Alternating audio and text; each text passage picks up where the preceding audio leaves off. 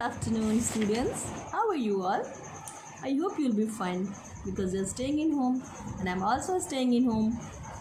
So we are safe and fine. Okay, we'll come to our topic. Today's topic. कि आज हमें क्या करना है गृह कार्य में। तो आज हम अपने भाषा अभ्यास के अगले ये अनोखा ढंग के आखिरी चरण में आएंगे, जिसमें जो आपका प्रश्न है, 5वां प्रश्न, वो है शब्द सीढ़ियों को पूरा करें। और यहाँ सीढ़ियाँ दी गई हैं और उससे संबंधित चित्र भी दिए गए हैं। तो बहुत आसान है, चित्रों को देखना है और शब्द सीढ़ियों को पूरा करना है। तो हम पहले शब्द सीढ़ी पे आते हैं। उसमें जो पहला चित्र दिया गया है वो मुझे अनार का लग रहा है। तो हम इसमें अ और र तो यहाँ भरा हुआ है, हम इसमें न में आ की मात्रा भरेंगे और शब्द बनेगा न में आ की मात्रा र अनार। फिर आगे बढ़ते हैं बाईं तरफ। इसमें भी म और र लिखा और बीच में भरना है। और जो चित्र मुझे दिख रहा है वो है मटर। हम म भरेंगे और आखिरी में र भरेंगे। इस तरह शब्द तैयार होगा मटर मटर। फिर आगे बढ़ते हैं। म एक ब्लॉक में म दिया गया है और दूसरे में न दिया गया और बीच में खाली स्थान है। जो बगल में मुझे दिख रहा है वो घर जैसा कुछ है, घर है। तो घर तो यहाँ भरेगा नहीं, घर को हाँ मकान। तो हम इसमें खाली स्थान में क में आ की मात्रा भरेंगे और हमारा शब्द जो तैयार होगा वो होगा म क में आ की मात्रा न मकान। फिर उसके आगे बढ़ते हैं। फिर ब और न लिखा है और बीच में खाली है और जो चित्र मुझे दाईं तरफ दिख रहा है वो एक बटन है। यस, तो हम इसमें ट भरेंगे और शब्द तैयार होगा बटन बटन। उसके नीचे देखो ब है, री है और बगल में बकरी खड़ी है। तो क भरेंगे और शब्द तैयार होगा ब क र में दीर्घ ई की मात्रा बकरी। और इस शब्द सीढ़ी की आखिरी सीढ़ी पे आएंगे जिसमें री भरा हुआ है, सु भरा हुआ है और एक छोटा सा गोल सा देख रहे हो, वो जो हम पूजा में यूज़ करते हैं, यस, सुपारी। तो इसमें हम भरेंगे प में आ की मात्रा और इस तरह शब्द तैयार होगा दंत स हरस उ की मात्रा, प में आ की मात्रा, र में दीर्घ ई की मात्रा और शब्द बनेगा सुपारी। ठीक है।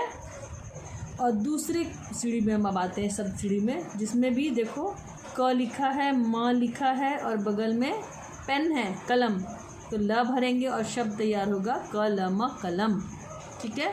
फिर अगली शब्द सीढ़ी में आते हैं जिसमें एक घड़ा जैसा पीतल का रखा है, उसे क्या कहते हैं? उसे हम कलश कहते हैं। क और श तो लिखा हुआ है, तो उसमें ल भर देंगे और शब्द तैयार होगा कलश कलश। फिर उसके बाद देखो आगे बढ़ो, उसमें क्या है? बा लिखा है, श तालव्य श लिखा है और हाँ, यह तो बरसात हो रही है तो इसको बरसात तो लिख नहीं सकते, वर्षा नहीं लिख सकते, बारिश लिख सकते हैं।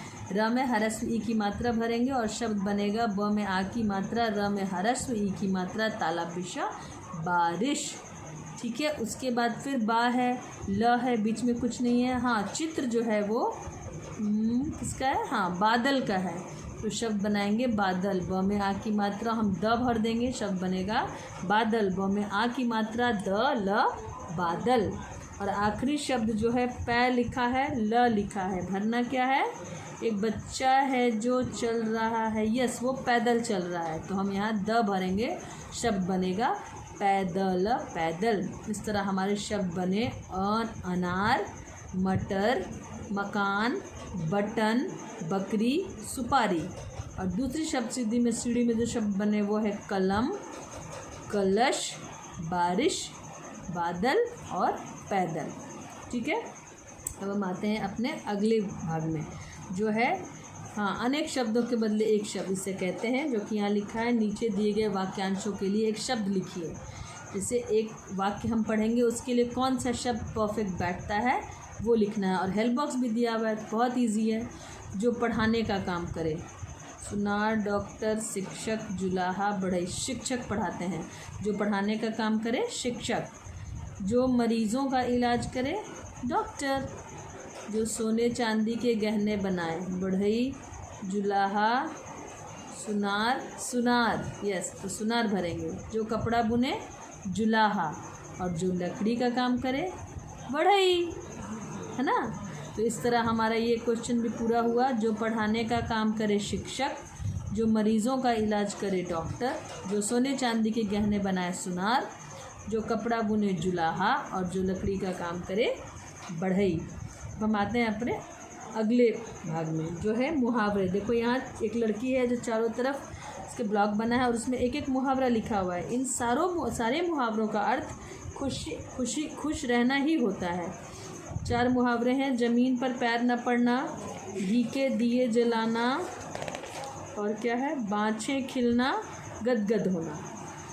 सबके मायने अलग अलग होते हैं, बट हाँ खुश होना, जैसे ज़मीन पर पैर न पड़ना, ये खुशी उस तरह की होती है जो घमंड भरी खुशी होती है, बहुत ज़्यादा अभिमान हो जाता है कि मेरा तो पैर ही नहीं पड़ रहा। तो इसमें मैंने वाक्य, आप कुछ अलग वाक्य भी बना सकते हैं, मैंने जो बनाया मैं बता दूं। खुशी के मारे उसके पैर ज़मीन पर नहीं पड़ रहे। ठीक है, खुशी के मारे उसके पैर ज़मीन पर नहीं पड़ रहे। दूसरा मुहावरा है घी के दिए जलाना। घी के दिए हम कब जलाते हैं, जब हम बहुत ज़्यादा खुश होते हैं, है ना। मैंने जो वाक्य बनाया है, किसी को दुखी करके अपने घर में हम घी के दिए कैसे जला सकते हैं।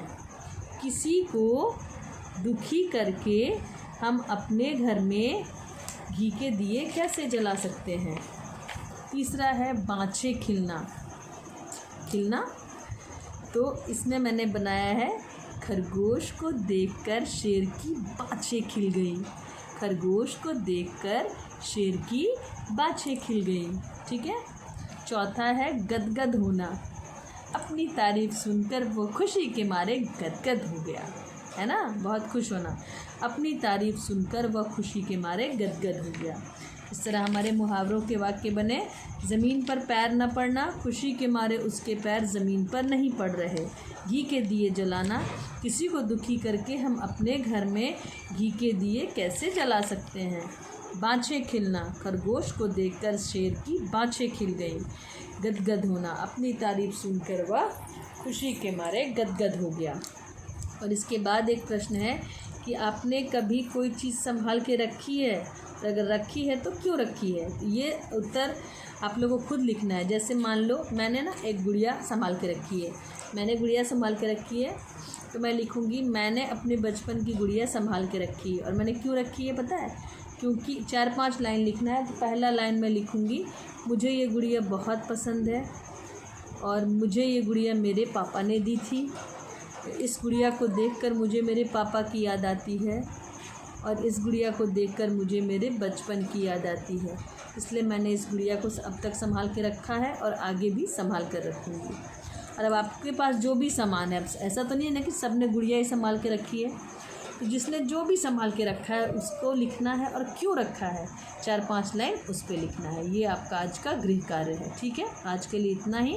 अब जब हम अगली बार मिलेंगे तो एक नया पार्ट शुरू करेंगे, कुछ नया लेकर। ठीक है, till then bye bye, take care, stay at home, stay fit, always smile, bye bye.